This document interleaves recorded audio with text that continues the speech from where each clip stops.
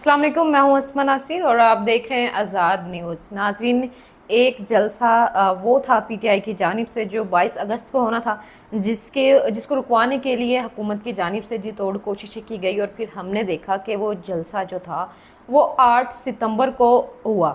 और उस 8 सितंबर के उस जलसे में हमने ये भी देखा कि पीटीआई के जो रहनुमा थे उनकी जानिब से काफ़ी सख्त ज़ुबान का इस्तेमाल किया गया। और अब हम देख रहे हैं कि आने वाले दिनों में भी पीटीआई ने आप कह लें मुख्तलिफ़ जगहों पर जलसे करने हैं। और एक जलसा अब उन्होंने आने वाले दिनों में करना है। 22 सितंबर को वो जलसा होना है लाहौर में। इस जलसे को रुकवाने के लिए आप कह लें कि हुकूमत की जानिब से भी जी तोड़ कोशिशें जारी हैं। और साथ साथ जो पीटीआई है उनका ये कहना है कि चाहे कुछ भी हो जाए ये जलसा होगा और ज़रूर होगा। और ये उनका ये भी कहना है कि ये जो जलसा होगा ये रिकॉर्ड तोड़ जलसा होगा। इसके अंदर इतनी ज़्यादा आवाम आएगी कि आपको इस चीज़ का अंदाज़ा हो जाएगा कि जो पाकिस्तान की आवाम है वो इस वक्त किस पार्टी के साथ खड़ी है। अब अगर हम बात कर लें कि इस जलसे को रुकवाने की कोशिशें की जा रही हैं हुकूमत की जानिब से भी और साथ साथ कुछ वकला की जानिब से भी कोशिशें की जा रही हैं। ऐसे ही एक एडवोकेट हैं, एडवोकेट नदीम सरवर, उन्होंने हाई कोर्ट के अंदर लाहौर की जो हाई कोर्ट है उसके अंदर आप कह लें कि एक दरख्वास्त दी थी कि पीटीआई का ये जो जलसा है आप इसे रोकें और ये जलसा नहीं होना चाहिए।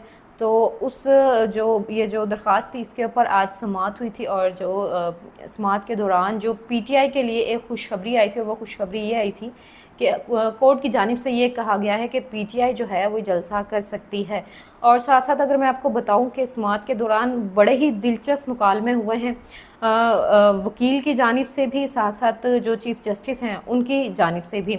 जो समाअत कर रहे थे चीफ़ जस्टिस फ़ारूक हैदर, उन्होंने बड़ा ही दिलचस्प मुकालमा किया अपने साथी जो जस्टिस थे उनके साथ कि कल जो लोग अपोजिशन में थे हम देख रहे हैं कि आज वो हुकूमत में हैं, और जो कल हुकूमत में थे हम देख रहे हैं कि आज वो मुश्किलात में हैं, यानी कि वो अपोजिशन में हैं। और साथ साथ उनका ये भी कहना था कि कोई भी ओहदा जो है वो हमेशा नहीं रहता।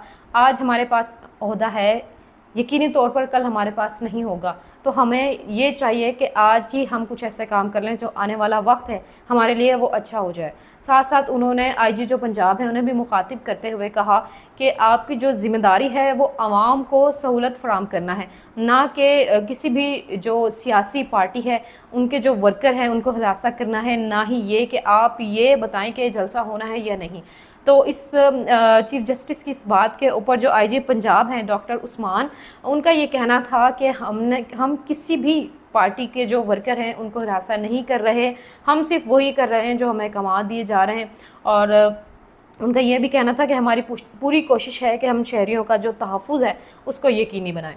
तो आज की जो ये समाअत थी आप ये कह सकते हैं कि पीटीआई के लिए अच्छी थी। एक तो इस हवाले से कि आप कह लें कि जो लोग ये चाह रहे थे कि पीटीआई का जो ये जलसा होने जा रहा है वो ना हो, वो अदालत की जानिब से आप कह लें पीटीआई को एक क्लियर चिट मिल गई है कि वो ये जलसा कर सकते हैं और अपनी जो पावर शो है उसका मुजाहरा कर सकते हैं। अब हमने ये देखना होगा कि जलसा होगा या नहीं।